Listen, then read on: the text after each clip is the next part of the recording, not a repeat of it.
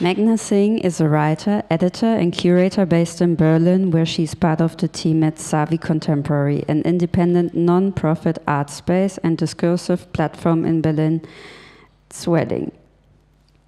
At Sowie and elsewhere, Meghna's work aims to articulate links between historical and present-day anti-colonial struggles and approaches, connecting the universal systematic with the particular incidental through a focus on literature and visual art-based practices.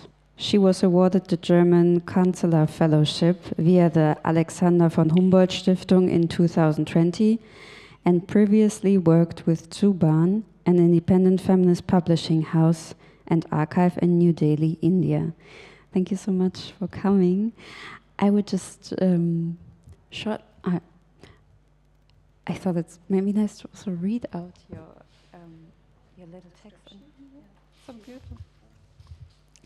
So I will read out the description that Meghna sent to us about her contribution, because I think it's so beautiful how you wrote it. So the title is Fiction and Fabulation as Institutional Rehearsals. The contribution will question the line between fiction and non-fiction as genre of writing, suggesting that the two are necessarily intertwined in the work of institution building. Artistic institutions must occupy at least a doubly overlapping subjectivity, one located in the institution's present and another that can speak for or from the institution's futurity. Futurity? Yes.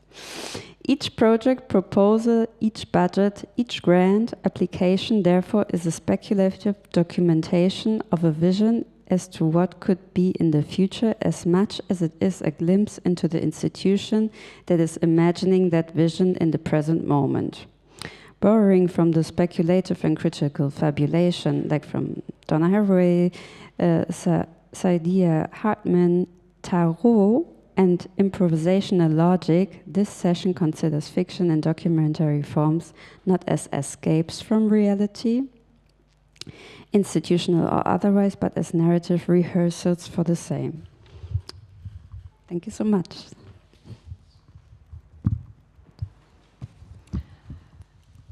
My PowerPoint presentation is not a PowerPoint presentation, it's a PDF with a lot of words. And I think I'm just going to scroll through because they're mostly quotations, but I think before we start, I will give maybe just a broader arc of what this session is. I'm going to talk through 3 segments. The first one being about narrating institutions. The second one is about fabulating critically and speculatively, and the third one is about rehearsals. And alongside each section, there is a small writing exercise, which I'm so sorry, we're all doing writing exercises today, but I think this one is not really at the end of the process, but I think kind of woven throughout. On every table, I've placed like this sheet of paper, an A4 sheet, that it would be amazing if each one of you would take one of. At the end of each segment, there's maybe a sentence that I would ask you to write, and then I would ask you to pass on the page that you write on to someone else. And then you write on someone else's page on this at the end of the second round, and then you pass it on. And then you write at the end of the third page on someone else's page again, and then you pass it on. I think when we were asked to come up with a contribution for the symposium today, because I work as an editor and also as a curator, I think that for me, writing really is the space where I think about futurity, about imagination. And I am trying with the sheet of paper that you have to model 3 kinds of writing. The first is self-driven, kind of like imagination and authorship, so coming from the individual as a representation of the institution. The second is relational, which is how do I add on to someone else's vision? And I think that's where maybe the like mention of tarot comes in, because I think before I spoke to Victoria, I was talking to a friend who does, like tarot readings, and was talking about just like this way in which tarot cards are narrative blocks of meaning, and how different combinations give you different things. And in the same way, I think what we're doing is not quite tarot, but we are relationally building a narrative. And the third sentence that I'm going to ask you to write is as, a fragment of an institutional document. So I think I'm asking us to pay attention to the writing that we do every day, not only for curatorial texts on the wall or for, articles and essays, etc., but emails, meeting minutes, or, like something that you write as a complaint to a neighbor, or maybe a neighbor writes to complain to you. So those are the three kinds of writing broadly that I think that one sheet of paper combines. And at the end of it all, maybe we have one sheet of paper with different sentences from everyone else. I'm really sorry if I'm making this very complicated, but it's not. And I will ask you to write, and then we'll move on to each section differently. I'm also going to be talking about Savvy Contemporary a little bit through the presentation, just because I think that the concepts that are involved here are concepts that are very relevant to the work itself, or the work of the institution itself. And I am also going to be bringing in, as a reader, aspects of speculative fiction, which is a literary genre that I have been editing and also writing. Not writing. I don't write speculative fiction. I'm reading for quite a while. I think I want to begin with just the terms fiction and fabulation, because I want to make a distinction between them. Fiction as a genre is invented narrative, and we kind of like put this in like documentary film versus narrative film, fiction versus non-fiction in terms of literary genre, right? But fabulation, I think, goes a little bit beyond just fictionalization, and I think we can call it a method. It's a way of arriving at stories, critical reflection, or other words, rather than simply a narrative approach in which stories, observations, and the interrogation of history or political conditions are shared. So fabulation can share fiction's investment in the imagination or the imaginative, but it goes further. And this quote from Tavia Nyong'o says that it differs from the imaginative because it's instead about the potential of storytelling to redirect us with the glancing force of the relatively opaque. And that's an opaque sentence, or quite a theoretical sentence in itself. But I think what she's also saying is that fabulation's significance is not simply in the fact that it departs from the real, but in the capacity to unsettle the terms through which the real has been constituted and maintained. And in that way, fabulation is a way in which we can think about creating the conditions for imagining otherwise. Not all fiction shares that commitment. So I'm marking a distinction between just writing fiction versus the consciousness with which we approach fabulation. I want to speak briefly about speculative fiction as a genre, because I think it's interesting that a lot of people on the margins of society have often been drawn to speculative fiction as a way of imagining other worlds. And I think that it was Patrick earlier who quoted Ursula Le Guin. She's one of them. Science fiction is a subgenre of speculative fiction. Not all speculative fiction is science fiction. There's an author from India who I really love, whose name is Vandana Singh. This quote is not up there, but in 2009 she wrote something called a speculative manifesto, because she is a writer of speculative fiction, and she says, speculative fiction has a revolutionary potential that is perhaps unique because imagination allows us to dream. Science fiction and fantasy posit other paths, alternative futures, different social arrangements, as well as technologies, other ways that could be. Before we do, we must dream.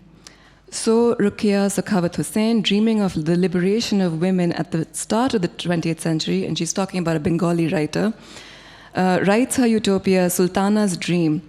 So Ursula K. Le Guin imagining a peaceful anarchic community, writes The Dispossessed. Okay, this is a different quote. By engaging our imaginations and making up ingenious thought experiments by asking what-if questions and attempting to answer them, speculative fiction allows us to question the path we are on today, to live out possible futures before we come to them. What if books were banned? Asked Ray Bradbury. Walter Miller penned a bleak account of post-nuclear Holocaust in A Canticle for Leibowitz. While speculative fiction has not yet fully realized its transgressive potential, dominated as it has been by white male techno-fantasies, westerns, and the white man's burden in outer space, there's still a strong undercurrent of writing that questions and subverts dominant paradigms and persists in asking uncomfortable questions. No other literature, no other genre of literature has, to my knowledge, written with so much passion about human beings embroiled in technological and social change, from race and gender issues to nuclear war to genetic engineering. So I think that as a reader of speculative fiction, I mean, I read a lot of fiction, there's this imaginary potential in fiction itself that maybe we should look at a bit more when we look at what kind of writing we do when we talk about institution building, because this is what we always say, that stories make worlds and institutions are then narrated into being. So what kinds of stories do institutions really tell about themselves? I would say that, you know, as people who work in art institutions, we are defined by the public, the visible forms of text, the exhibition writing, the website, but we're also equally constituted through the less visible forms of writing, the grant applications, meeting minutes, exhibition proposals that don't get, you know, accepted, emails, job descriptions, etc. These documents are not simply records of institutional life, they're also formative of the kinds of relationships, priorities, and futures that become possible. So we often think of the writing that we do as a writing that gets published, but we are writing all the time. I think I'm going to quickly just move to, 1 second, the website for Sowie, because in terms of, we were talking about website design. I do not like this website design, and we have had a debate about it internally on the team for ages because a lot of people do not like it, but so it remains, and I think it's intentionally so, in the sense of wanting to be not the smoothest, not the chic modern look. But if we talk about how Sowie talks about itself, like, where is this gone? Sorry, I can't quite navigate this. So I think this is a really good beginning, because Sowie defines itself as an artistic organization, discursive platform, place for good talks, foods, and drinks, space for conviviality and cultural plurilogue, public and independent organism in perpetual becoming. It's animated by around 25 members and a network of collaborators, co-creating community and communities that it breathes with. We situate ourselves at the threshold of the West and the non-West to understand their conceptualizations, ethical systems, achievements, and ruins. We develop tools, propose perspectives, and nourish practices towards imagining a world inhabited together. So this is the front-facing narrative of like what Sowie is, and we'll talk through programs and things like that in time. But I think beginning from this practice, I want to say that writing is not only a retrospective account or static record, but a method of inquiry. We test against the public and we test against the institution in terms of how we speak to each other and about each other within. I think that I'm thinking about narrative rehearsal in this context, then not with the invention entirely of a new world, but by accepting that the present that we exist in is already a material that we can work with, and how do we extend it into something else is not only a question of the big crisis moments, but a question of what we do every day. Because if you don't look at the everyday and only at the crisis, you are only responding to the crisis. I think this is a good place to maybe bring in a book that I will talk about a little bit later, which is Everything for Everyone, an oral history of the New York Commune from 2052 to 2072. It's a book of fiction that is speculative fiction, and it's a collection of fictitious interviews, oral histories with 12 people who have lived through this future insurrection in which the world has been changed and the commune is the primary structure by which society is organized. So this book it came out in 2022. I'll look at an excerpt from it in some time. But I think going off of this, I want to look at the first writing exercise as one about imagination, or what is it that becomes ordinary in the future. So if you have the page that I put out in front of you, the question is, or the sentence prompt is quite simple.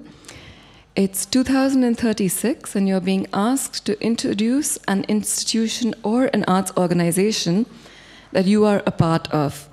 I'd like you to finish this sentence, which is, the thing that people take for granted now, but that seemed impossible in 2026 is, and then I think we can write for a few minutes.